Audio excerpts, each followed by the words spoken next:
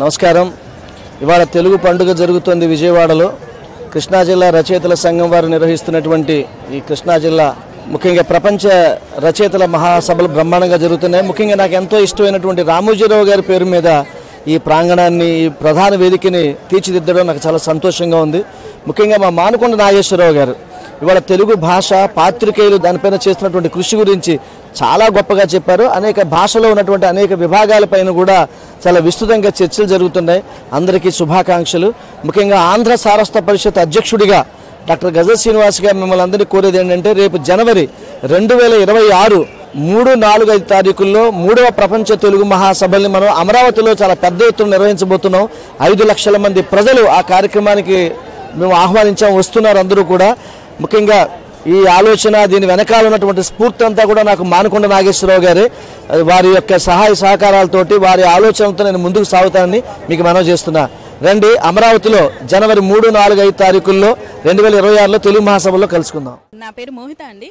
నేను దూరదర్శన్ అండమాన్ నికోబార్ ద్వీపుల్లో పనిచేస్తున్నాను. అక్కడ తెలుగు భాష చాలా వికాసం చెందుతూ ఉంది. నాకు అది చాలా సంతోషంగా ఉంది. ఎందుకంటే మేము అధికారికంగా హిందీలో ప్రసారాలు చేయాలి. అయితే అక్కడ మైనారిటీ లాంగ్వేజెస్ కింద తెలుగు కూడా మేము ప్రసారం చేస్తామన్నమాట.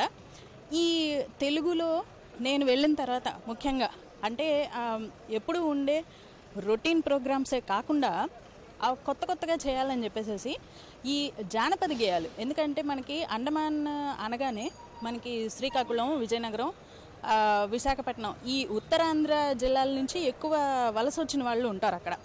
అక్కడే స్వాతంత్ర సమరంలో పాల్గొని వాళ్ళు యుద్ధంలో అసూలు బాసిన తర్వాత వాళ్ళ వారసులందరూ కూడా అక్కడే సెటిల్ అయిపోయి కొనసాగుతూ ఉన్నారు.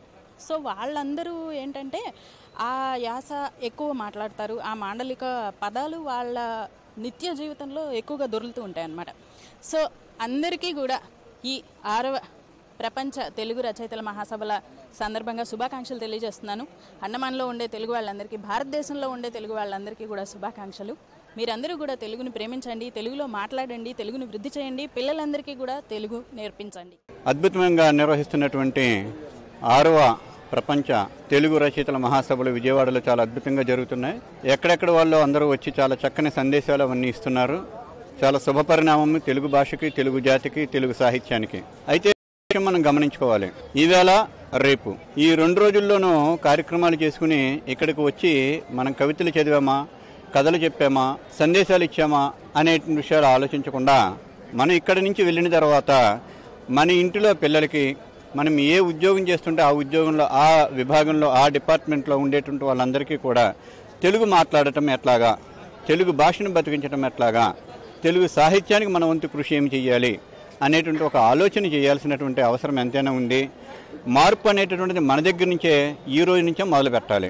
ప్రతి వాళ్ళు తెలుగులో సంతకం చేయాలి, తెలుగులోనే మాట్లాడాలి. ఫోన్ చేసినప్పుడు తర్వాత కూడా తెలుగు పదాలతోటి జై శ్రీరామో, లేకపోతే ఎవరికి నచ్చినటువంటి వాళ్ళది ఆ తెలుగు పదాలు, హలో అనే ఇంగ్లీష్ పదాలు మానేసి, పూర్తి అయిన తర్వాత థ్యాంక్ యూ అనే పదాలు మానేసి, ఇతర విషయాలు ఏవైతే ఉన్నాయో తెలుగులోకి సంబంధించిన విషయాలు మనం మాట్లాడుకున్నట్లయితే చాలా బాగుంటుందని